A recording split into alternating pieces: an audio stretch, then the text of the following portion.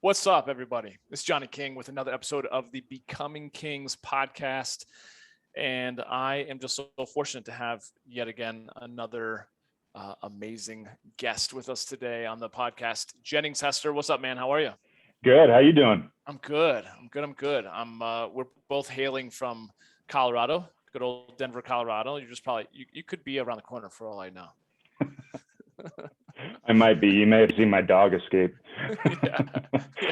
It's not Jennings there. He runs down the street. Yeah. You and me both with our German Shepherd pups. But man, I'm just so grateful to have been connected with you because you've got an amazing story, one that's so relevant, so good, especially for men, which is kind of what this podcast is geared towards. Even though there's still plenty of women that listen, but I'd love to kind of jump into your story about not only your nonprofit that you've got going on, but also just your football, story and kind of just your evolution as a man as you've kind of navigated the crazy waters of trying to figure out what that even means to be a man in today's day and age, right? So tell those that are listening and watching a little bit more about your background and Alabama and everything else. Yeah, absolutely. So I grew up in the South. I grew up in Atlanta, Georgia. Football's king down there. It's literally a religion, just like it is in Texas. So from the time I was 8 years old until I was 22, I was an inside linebacker at a very competitive level. And, that's really what drove everything that I did in my life until I finished playing. And so I went to a very good high school called Marist. We were a top 5 program in the country, very competitive. Most of the guys in my class went on to play college ball. We ended up losing in state in the biggest division. I was all state, so were most of my teammates, and ended up being a member of Nick Saban's first signing class. So when he took the job at Alabama, I was one of his first scholarship athletes that he signed. It was a pretty easy decision to go where Nick Saban was going and have a shot, hopefully, at the next level. That was the goal. I was 6'3", 255, NFL size guy, and, considered one of the toughest and meanest and baddest guys, in the state. And, my whole life through college had been just focused on football stats. What was my bench? What was my 40? How many tackles did I have? That's how I judged myself. There was no intrinsic self-worth. It was all just based on statistics. And towards the end of high school, I started dealing with some pretty severe depression and anxiety. And like most men, I didn't realize I was dealing with a mental illness. I just thought that's how you feel, and that I was just being soft for having these thoughts and being a wuss. And, it goes with that football culture, right? It's, I don't know how many surgeries I've had, brush it off, take a pain med, get back on the field, type of mentality. So that's just, I never knew anything was actually wrong. I thought everyone was feeling the same things. And 3 years into my college career, I ended up on a medical scholarship. I got hurt. So I tore my hamstring basically in half and just couldn't keep going. I tried, but finally Coach Saban and I decided that that'd be the best path for me. And, once I didn't have football anymore and that was pulled away, my mental illness has just spiraled out of control for, the next 8 or so years. And I'd always had that crutch. And, that was always how I took my focus off what I was really dealing with. And, that continued into my professional life as a salesman, was all right. Now I'm just going to focus on my quota and, blowing my numbers out and being the best rep.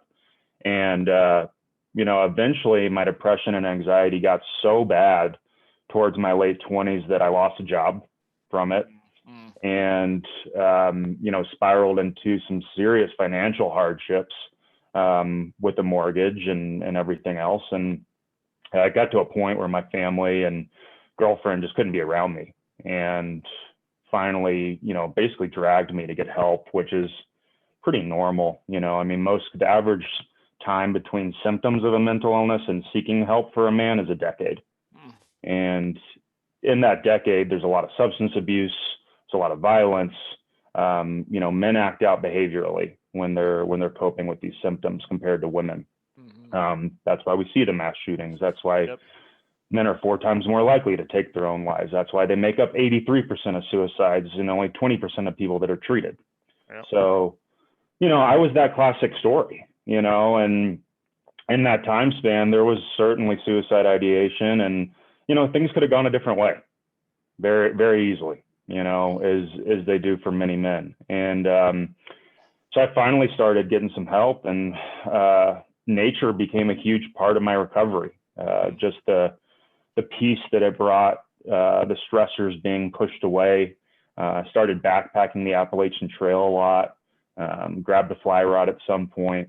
And, that combined with counseling and medication turned my life around and just improved my quality of life. And for the first time in my life, I was able to think clearly. I was able to be sharp.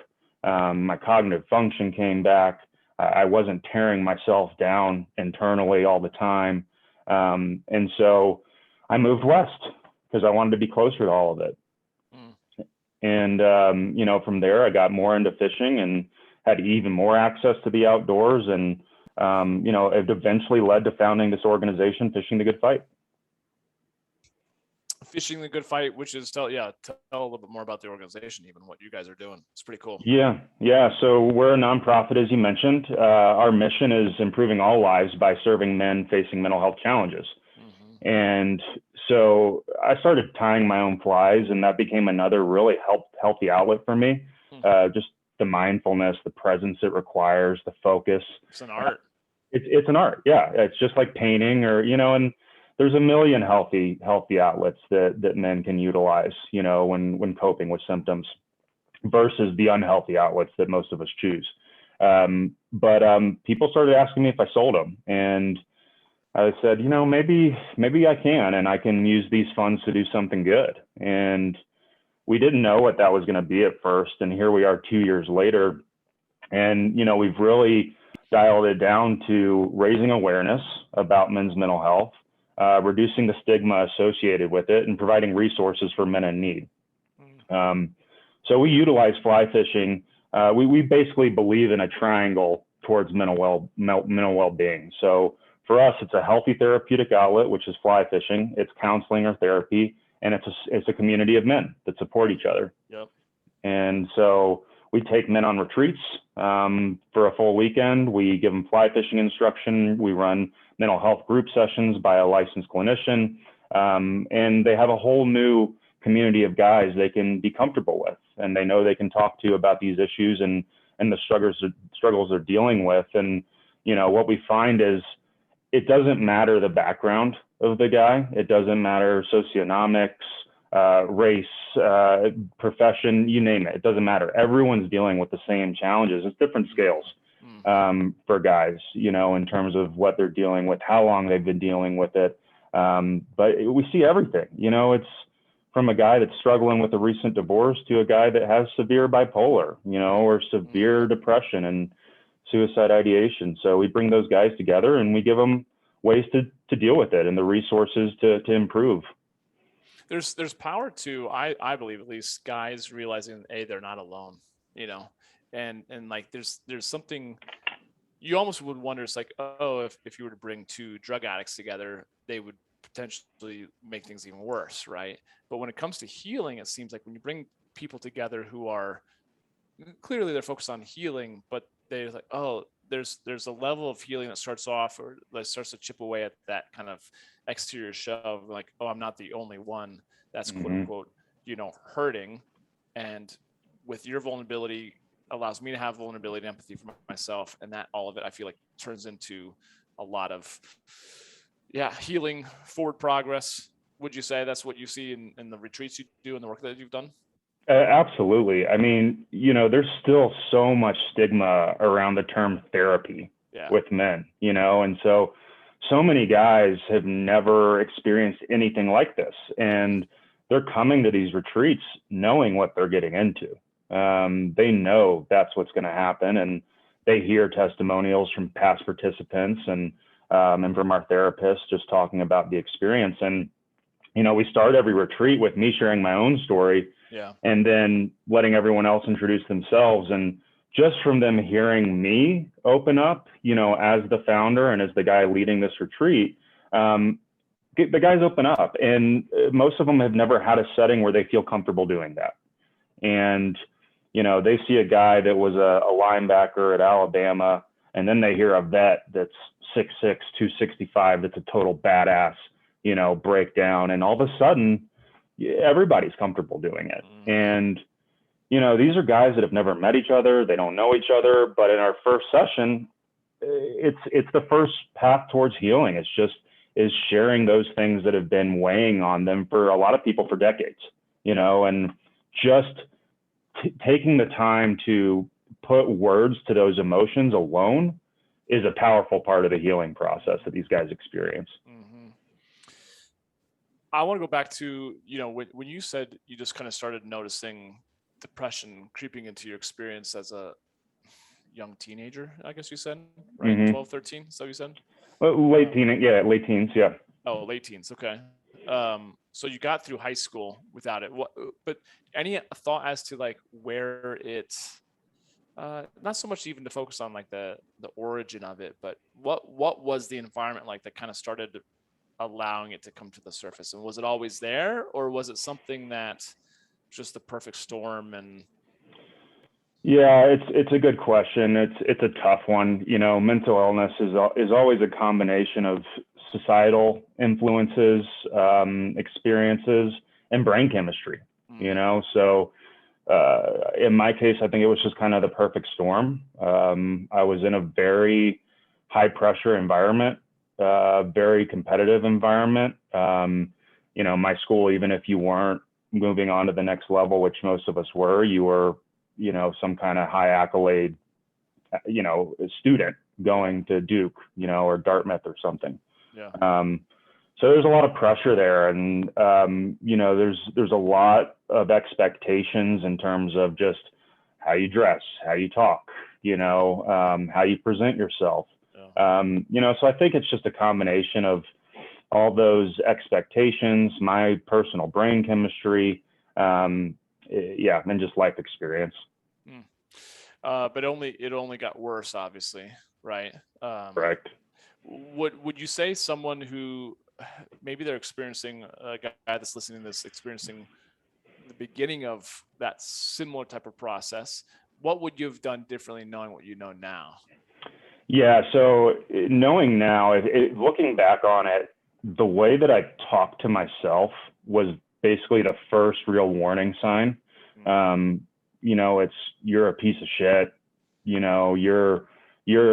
suck. You're just not good at anything. You're a bad friend. You're a bad family member. You're bad in your relationships, despite all these achievements. On the field and in the classroom. It's if I looked back now and seeing the social withdrawal that I experienced and the negative self-thinking, those first warning signs would have directed me to see someone and get professional help from then, and probably could have not dealt with 12 plus years of agony.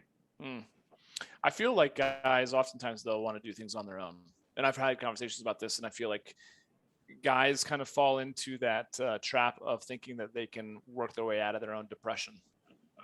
Would you say that's prevalent in the conversations that you have with men? Oh, 100%. In my own experiences, I remember before I was getting help, when it was really bad, it was the first time that I said, maybe I'm dealing with something here, but I can fix this. Like I can brush it off and, and deal with it.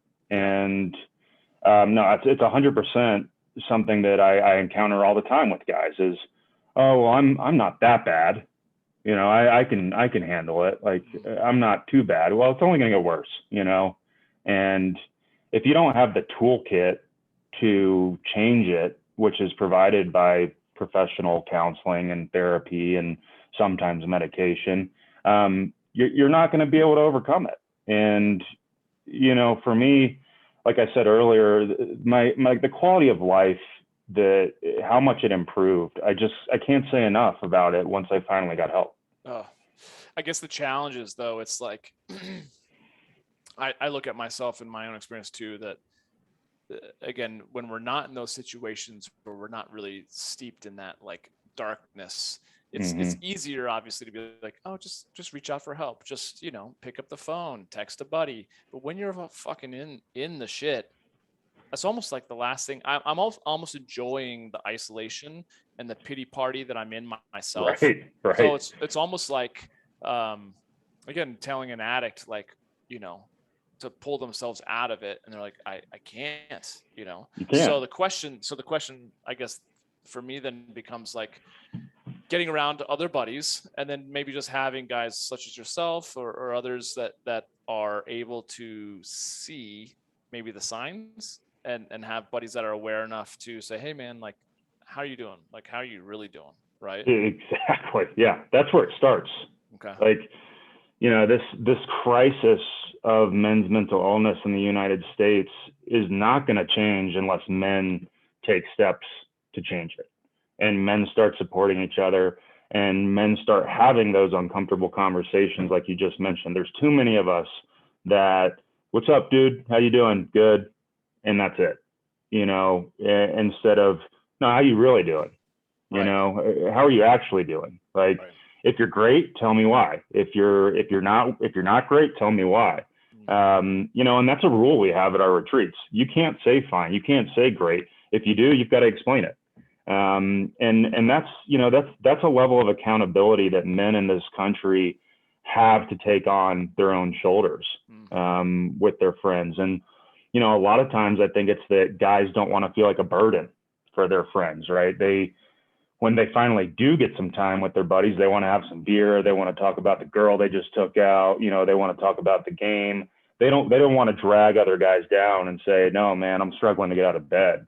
I'm missing work. Like, I haven't been hanging out with people. I have withdrawn. Like, no one wants to feel like they're the pity party bringing the group down. And, that starts with those friends asking that question and showing that they care.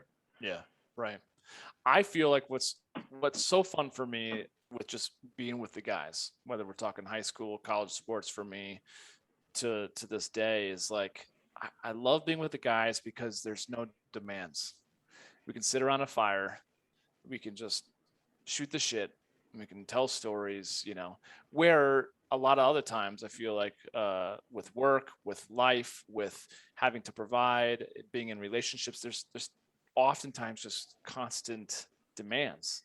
There's the constant pressure. You were talking about it earlier. I constantly feel that. I put so much pressure on myself already. Then if I find myself in a relationship, or I find myself in a work environment that has even more pressure, man, that's where I start to go into that dark place sometimes. I'm like, I don't know if I want to do this. I don't know if I want to even get out of bed. Right. So I feel like there's some correlation between that pressure, either externally or internally, that we're putting on ourselves, that I feel like can be alleviated just by being in proximity to more guys that are emotionally aware and present and willing to talk. Yeah, exactly. And that's what I love about the community that we've created. Is it's a community where guys will call each other and say, dude, my anxiety's out of control. Like, I don't know what to do right now. I can't work. I can't think, much less, getting out of bed's the biggest one of my day, and it's beautiful, having guys that are willing to have those conversations, because if you don't have them, they build up, and eventually it explodes. And it happens to me sometimes, and I'm about as emotionally aware as you'll find, is even I'll let these things build up over time. And, only a couple of weeks ago, my anxiety got to such a level, and I don't typically deal with really bad anxiety. I deal with depression more than I deal with anxiety, but it got to such a bad level that I had to just call my boss in my day job and just say, hey man, I'm really struggling, and I need to take a couple days off. And I went fishing and I disconnected and I gave myself that time. But there's so many men that they're scared to say that. You know, you can say you're going to the doctor or the dentist. You can't say I'm struggling with mental health. Mm-hmm. I need some time. Right. You know, and we've got to get to that point where that's okay. Completely agree. And I feel like too, though, it also requires each of us to be leaders for ourselves, right? Mm-hmm. I think our stories cross in the sense that too, I just was drawn towards the West, towards the mountains. And even now living in Denver, being in the city, I just feel the sense of like, man, the energy of what the city is always pulling at me for. I have to go hike. I have to go camp. I have to get just driving. I can sense it, right? You just get past, Golden and you're up into the mountains and you're just like, oh, the energy shift, right? Yeah, exactly. So you do. the challenge though, I feel like, and why I say men to be leaders for themselves, is like, if let's say they live in a place that they don't have great, proximity to nature, or it's like, what can guys do if they don't necessarily have the healthy outlet of nature that we get, we're afforded just because we live in Colorado? Yeah, I mean, I would argue that no matter where you live, there is access to nature, right? It may not be to the scale, that we get to enjoy out here, which is why we both moved. But True.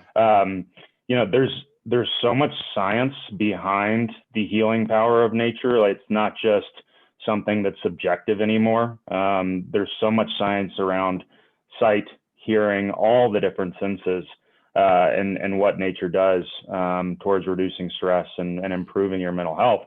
But if you don't have great access to, easy access to nature, you've just got to find that happy place for you. What is that outlet? If I didn't have the access to nature, for me, it would be my fly tying bench. That's my other thing, and that's indoors. And I can sit down for 2 hours uninterrupted, focus on something that requires all my attention. It is an art, so I get to work on every single fly that I make being a little bit better. Those tiny little details that I'm trying to improve on each time. So guys just have to find that outlet, that healthy hobby that requires presence and mindfulness and full attention. And, I think that's one of the biggest keys is when you're thinking about kind of that happy place to sneak away, it needs to be something that requires your utmost attention, because if it doesn't, then you're going to let these stressors come in. Then you're going to let the emails, you're going to see the emails, you're going to see the texts. So I think that's the key is something that really requires you to be fully present. Yeah, and I think when you were saying something earlier in the conversation, I thought to myself, it's very easy for me to rattle off all of the destructive ways to cope. Very easy for me to think about what those are. If I were a guy and I wasn't so much in this work, I'd be thinking like, what is a healthy outlet? You talked about healthy outlet, and we're talking about that a little bit now. For me, it's the gym. Me too. That's my other one. Yeah. Yeah, but again, if I'm hitting it hard, which I have been all year, I work out 3 times a week. But then I don't want to go hit it more because this is part of the process that I'm in. Then it becomes meditation. Meditation I can do every single day, and just I can tell my energy shifts when I take some time to meditate. Where I've not done that until this year, also, like ever in my life, and so that's been a powerful process for me. But what have you found that either you do or that other guys do that are healthy outlets for? If a guy's kind of struggling to think like, what else could I do that's good? If I'm always getting out into nature. Yeah. Another one for me has been journaling. And, journaling truly is a form of therapy. And once again, it comes back to forcing yourself to verbalize your emotions, putting words to those emotions, if it's on paper, if it's to a friend, if it's to a therapist, it is incredibly powerful. You force yourself to explain what you're feeling and why you're feeling that way. So journaling, meditation, lifting, or any type of physical activity is certainly one that's always been there for me. I still compete in Olympic. I just can't let go of it. You know, it's being a football player, it's just kind of drilled into me. But For sure. those are big ones. I think any form of any kind of artistic hobby is great, whether it's drawing, sketching, painting, tying flies, you name it, woodwork, you know, all those type of things. Landscaping, working on your yard, you know, it's a healthy outlet. You know, working on your car. I mean, there's a million of them, you know, so it's finding a few that you can fully engage in and be engrossed in. Yeah. Yeah. I had something in my mind that you were talking about as healthy outlets, and it escaped me. Wasn't journaling, was it? It was journaling. Thank you. That's awesome.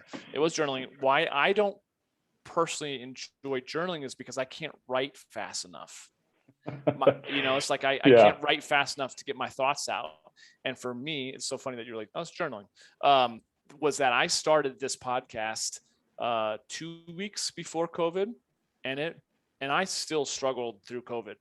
First couple months, 2 or 3 months, I was like, oh, this is great. This is great. This is actually kind of nice to. I think we all were. To like, oh, I can. It's like a vacation, and then I start getting from that, and then I started going down into a scary place for me personally. But just being able to vocalize my thoughts, you know, 3 times a week, and consistently have. I literally, you know, said this is kind of like my audio journal. So what I found though, that I was doing even before the podcast over the last several years, with that, I, like, if I didn't have anyone and I just needed to get it out, I would just record it into my phone as a voice memo. So that was helpful too for guys that, again, that I just don't write fast enough to, like, I get agitated. I get like anxious. I need to get more of it out, and it's not happening fast enough, you know? I've typed too. I've typed for journaling. Same kind of thing. Faster for sure, you know? I wrote this long email before I went to therapy, I wrote this long email to my therapist, and, you know, it was a couple pages long. Man, looking back on that email now, and the way that I talked about myself, and the way that I know so many men talk about themselves in their head, I can't believe it, you know, just how negative I was towards myself. And, you know, the way that I would describe myself is a way, I say this all the time, but I would never say any of these things to a friend or a stranger or a coworker, but internally I'm just tearing myself apart. Yeah. You know, and, you know, if you're having those thoughts and you're struggling with those kind of things, writing them and then reading it is a bit of an oh shit moment. Mm-hmm. You know, wow, this is how I'm talking about myself. You know, that's a sign. Yeah. Yeah. There's a process, I think, an old process in, was it? I think it's from, like, Men Are From Mars, Women Are From Venus, I believe. And ultimately, he talks about, like, this. It's like an FU letter, and you start off with, like, the anger, and then the hurt, and then and it's funny how when you go through those processes of, like, writing out. And then ultimately, it's not even a letter that you end up sending. I wrote several, you know, I wrote one for my dad, I wrote one for my mom. It's just to get it out. It was so healing, you know. Yes.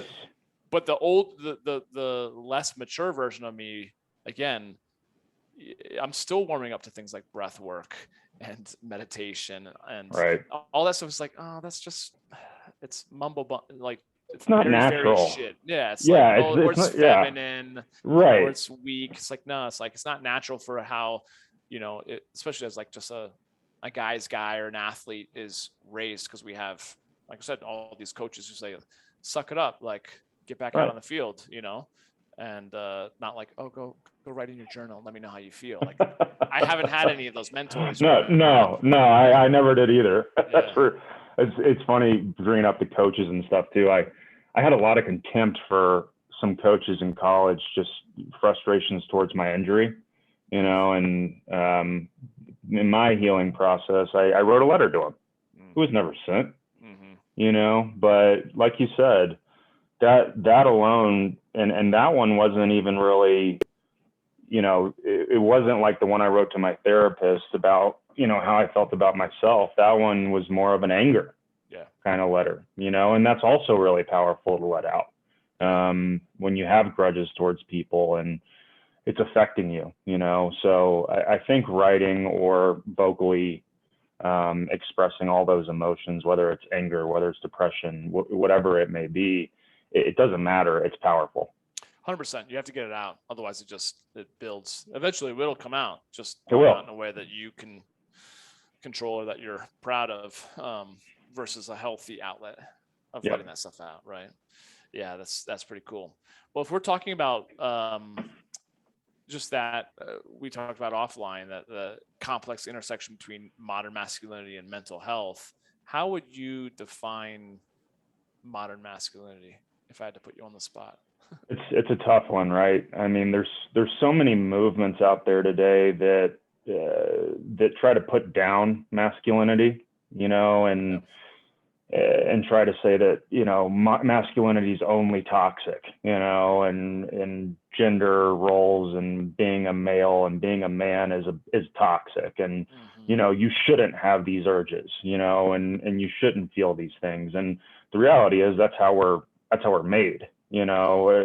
It's not just by coincidence that men are more likely to deal with symptoms of a mental illness behaviorally and reach out and lash out. That's just how we're made. And, you know, in terms of modern masculinity, I think guys need to understand that it's okay to have these urges, you know, to want to fight, you know, to want to be aggressive, you know, to want to be a macho kind of guy. These aren't bad things to feel. They're natural things to feel. And, you know, it's what we were made to do. We were made to be hunters. We were made to be gatherers. We were fighting, you know, all over the world for centuries. And, you know, that's our biological makeup. And so, you know, I think guys need to understand that, you know, those things are okay. It's how you choose to deal with them, you know, in today's environment. And it's confusing because we're not doing those things anymore, right? So, you know, the definition of being a man and being manly, well, what is that now? You know, is that providing? Is that having a value of and true intrinsic self-worth? You know, being the leader of a household, you know, it's not a bad thing, you know, and where so many of us have been brainwashed to think that way, that I think men just need to realize that those urges are natural and they're okay. And it's okay to act out on them in a healthy way. I think that's such a healing part of this process. Because for me, when I first kind of like made some huge shifts, it was at a Tony Robbins event, my first Tony Robbins event. And it was eye-opening to see the way that I felt like he was speaking to me. And I was one of 4,500 people in the crowd, you know, and I'm like crying for the first time in, you know, years, you know, since my mom passed away, and just feeling like he's speaking directly into my soul. But then realizing he's not speaking directly to me, he's speaking to the whole crowd. And I'm looking around and realizing everyone's crying, everyone's shaking their head. Yes, we're all like robots. I was like, okay, the first part of that healing was me giving myself the grace and the empathy to be like, okay, this is not just a fight that I'm doing on my own. Like, this is what we all go through. This is the human experience. If you're not willing to do the work, this is like ground zero. Everyone's in pain. Everyone's barely surviving, you know, and we're all just taking out our anger on each other. Right. There's a lot of that. There's a lot of that in the world right now, with so much going on, obviously, politically and racially, and just with the pandemic. There's just so much energy and anger and hurt. And I said it before. Yeah, finger pointing. Right. And I think that's a big part of it, is just be like, okay, again, going back to the point of getting in proximity with your community, is like, okay, he's going through something very similar, and I've only just met that guy, you know, and this guy too. Like, oh my gosh, we have these things that are, well, I can give myself the grace to say, you know, I've been doing the best I can with with the tools that I've been given, but now I need to level up, you know, and find some other healthy outlets, like we talked about, of seeking healing, and that healing is possible, which is kind of cool to hear your story, right? To be, all right, here's a dude that is going through what, let's say, that I'm going through, and I can the idea that healing is even possible is a wonderful belief to start to imbibe. It's huge. Yeah. I mean, like I said earlier, I didn't know I had something that could be fixed. Right. So once I realized how many other men were dealing with the same, that alone was such a release, right? And such a relief. And realizing, shit, I can take steps to actually make this better. Like, that is such a powerful thing to experience for the first time. And it's a big part of what we do, is empowering men to realize they can take steps to improve their life. I think that's again, all these things, when you bring them together, create the perfect storm of progress versus us staying in our silos, staying in our craves individually and just going down, the perpetual cycle of just getting worse and worse. Yeah, and that progress isn't linear. It's never linear, especially when you're dealing with mental health. I don't care if it's, working out, if it's your mental health, I don't care what it is. Like, it's up and down. For me, these things are never going to go away. It's that I've given myself the tools to deal with them now, and I can recognize when I'm going down a path, and I can take the steps to try and deal with it the best that I can. And that's what's lacking for so many men, is the awareness that they are feeling these things, that they are experiencing these things, the belief that they can improve them, and the knowledge on how. Right. That's like the trifecta, if you will. It's like, got to have those three things. Otherwise, a lot of times we leapfrog over and we just go to the how. We're like, how? Right. I don't know how, and I can't even begin to imagine that it's even possible, so I won't even try. And that's why we start with awareness, because without awareness, nothing else is going to happen. If you're not aware that you're experiencing symptoms of depression, anxiety, bipolar, you name it, substance abuse, then you're never going to be able to take another step. It has to start with awareness and recognizing these symptoms. Totally. When we're looking at like Colorado's and just the states in general in terms of mental health, what are some of the statistics? I don't know them off the top of my head too much, but just, I know you said four times. I thought it was more like 6 times, just more men, committing suicide than women, what are some other, not so much statistics, but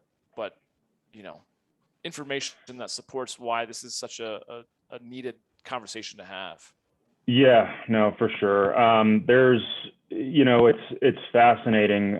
There's a lot out there in terms of statistics, and Men's Mental Health Journal is releasing a 6-part series about the silent crisis of men's mental health right now in this country, and how, as a nation, what we need to do to change it. And, it's fascinating, but, some of the statistics, a man kills himself every 20 minutes in the United States, which is absolutely insane when you think about it. Over 6 million men suffer from depression every year. The vast majority of them are undiagnosed. In the state of Colorado, 83% of suicides are men. We are well above the national average. We are in the top 5 for the highest rates of suicides for men. 90% of suicides are someone that are struggling with a undiagnosed mental illness or substance abuse issue, or a combination of both. As I mentioned earlier, the average time between experiencing symptoms and getting help is over a decade. So, and we just don't get help. I mean, it's less than 20% of people treated are men. So, that's where the awareness piece is so big. And then providing the tools. And we have a tool on our website called the Head Inspection Test. And what that is a 20 questions, just asking you kind of about your daily routines, habits, how you're feeling. At the end of it, it tells you what you're at risk for. So if you're listening to this and you're saying, oh, some of that sounds familiar, some of that negative self-talk, I've been kind of depressed, or the stress of work's been a lot lately, go take the test on our website, and it'll tell you, hey, depression, you're at significant risk, or anxiety, you're at low to moderate risk. And from there, if you want to get help, it even takes you to a directory of therapists that specifically work with men all across the country. So yeah, a lot of stats. And what's cool, we were talking about this the other day, is we're seeing more and more organizations that are trying to help men. And in the state of Colorado, we're working towards a collective of about 8 different groups that take different approaches to help men. And the end goal for all of us is preventing male suicides, right? And improving qualities of life. And we're seeing groups do this from all different angles, and that's what we need. We need men to have more options, because prior to the last 5 or so years, there haven't been any options, but if a guy can say, oh, there's a fishing group that tackles this stuff head on, or, there's a monthly men's group that tackles this head on, or, there's a mountain biking group that, talks about this stuff. The more options we can provide guys, in terms of our country as a whole, the better. Completely agree. And I think the challenge too is when guys are by themselves and they're not reaching out, I imagine there's a lot of guys who would benefit from hearing this type of conversation who won't, because they're not out there proactively looking for podcasts or YouTube videos or books to read or groups. They're not searching mental health podcast, No. Which is why I feel like it's on the guys that do that to actually step up and share and be like, hey, bro, there's something in this podcast that made me think of you. Check it out, Yep. Nothing more than that, right? I'm constantly getting those from my buddies, because that's kind of the buddies that I have. But right. I imagine if you don't have those type of buddies, it takes some time to create that type of friend group, It does. And that's why we use fishing, because, fishing is so many men for decades, centuries have used fishing, as a healthy outlet. And it's not intimidating, right? It's, hey, dude, there's this really cool fishing group, and you mentioned some things you've been struggling with lately. You should check them out. Explore their website. They have a bunch of tools. So that's a big part of why we use fishing, is because it's a non-intimidating way to approach the conversation. And we run targeted marketing ads with one of our partner groups called Man Therapy, a really cool group also based here. And they use humor. They use kind of a guy that's a mix of like Ron Burgundy and Ron Swanson from Parks and Rec, just making light of mental health a little bit. But, groups like them and groups like us, we're trying to target those guys that aren't willing to have those conversations, that still think it's kind of a sissy thing to do, because these are the guys that are taking their lives. And these are the guys that are in public shootings. It's the guys not willing to have these conversations that think they're macho. So, we target guys that through really complex AI, I don't even know, I'm not a tech guy, but that are at risk for depression or suicide, that lean towards the outdoor space, that are typically more manly. We try to reach those guys, and kind of make light of it a little bit, and use a little bit of humor, and we don't have to make this conversation so serious all the time. Yes, it's serious, but like, we can have fun with it, and, we can make fun of ourselves, and, it's just the whole, just, I don't know, just the feelings towards mental health discussions, we're trying to change it. It makes me think too of one of my favorite books is called Essentialism by Greg McKeown, and he talks about it. It's kind of sad as we first started this conversation about dogs, but they talk about that. I forget who did it, but that's experience about kind of learned helplessness. They've had like three different groups of dogs, and one group of dogs got shocked. Well, 2 groups of dogs got shocked. One group had a lever that could turn the shocks off. one group had a lever that didn't work and the other group of dogs didn't get shocks, right? Then they took all the dogs, put them into a bigger box with this divider that dogs could jump over. And they shocked, they started putting shocks through the floor of that one box. All the dogs that either could turn off the shocking or didn't get the shocks in the first place all jumped to the other side that was safe. The other dogs that didn't have a lever that worked just sat in misery, just kept getting shocked, Right. which it's a sad example to use. And yet it kind of gives an example, I think, of what we do as humans as well, which is like, sometimes I feel like, especially guys who are, man, they're steeped in it, man. They've just had maybe decades. They just can't even imagine a life where they're not constantly getting shocked, Right. And that's how I was. Yeah. Yeah. It's like so hoping again is like, sometimes you have to look at your buddies and those that I feel like are listening to this type of podcast are coming to a meeting of men of mine who are doing something with your organization or just something in terms of aware of men's mental health.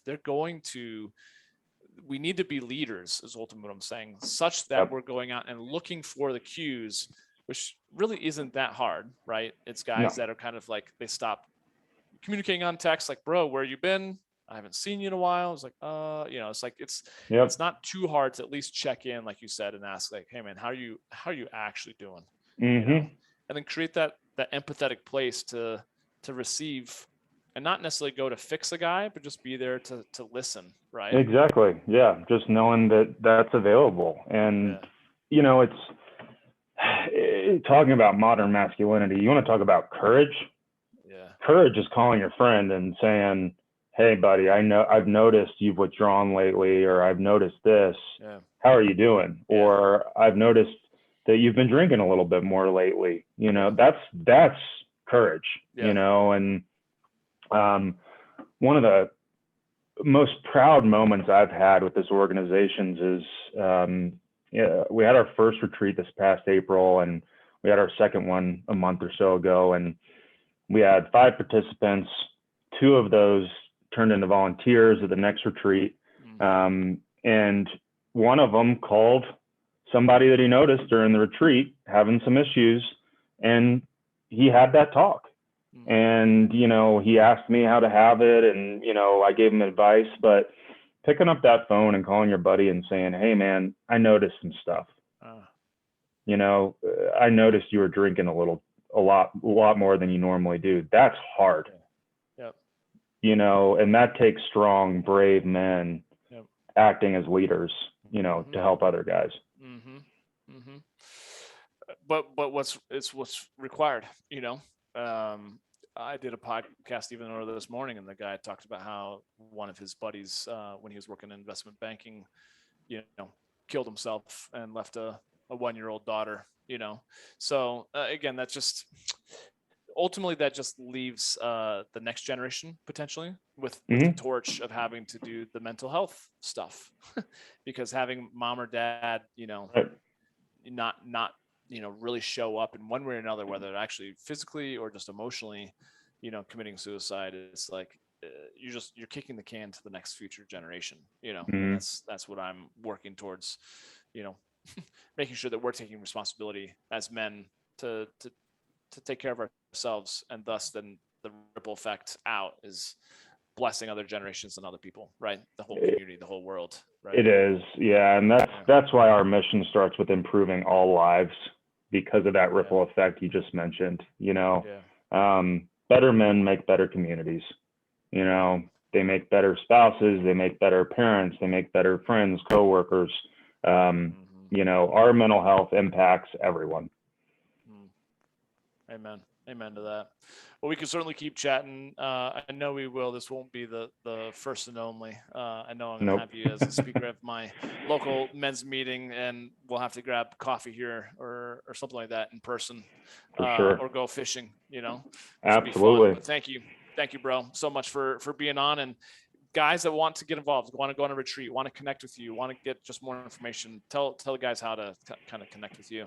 Yeah, so our website's really simple. It's just fishingthegoodfight.org. So we've got tons of resources on there. If you want to learn how to have a conversation with a buddy you're concerned about, if you're concerned about yourself, We sell hand-tied flies that are the highest quality, in our opinion, in the industry. So all the proceeds from our flies go directly towards our programming. Donations, are really how we survive. And we have a scholarship fund to make these services available for men that can't afford it. So that's where donations go towards. And we're on all social media platforms. So we're on Instagram, Facebook, LinkedIn. Feel free to shoot us a message anytime. We always reply. And we're happy to talk or lead you down the path. That's beautiful. Well, I think it's such an important thing. And like you said, I mean, even though we live in Colorado, it's not, you would think then with that great outdoors that we would be one of the healthier states, and You we're would. not, Yeah. So it even goes to show you, even with it in your backyard, doesn't mean that guys are utilizing it, Correct. So yeah. that's why we got to keep putting the word out. So anyways, man, thank you. Thanks for being on the podcast. Thanks a bunch.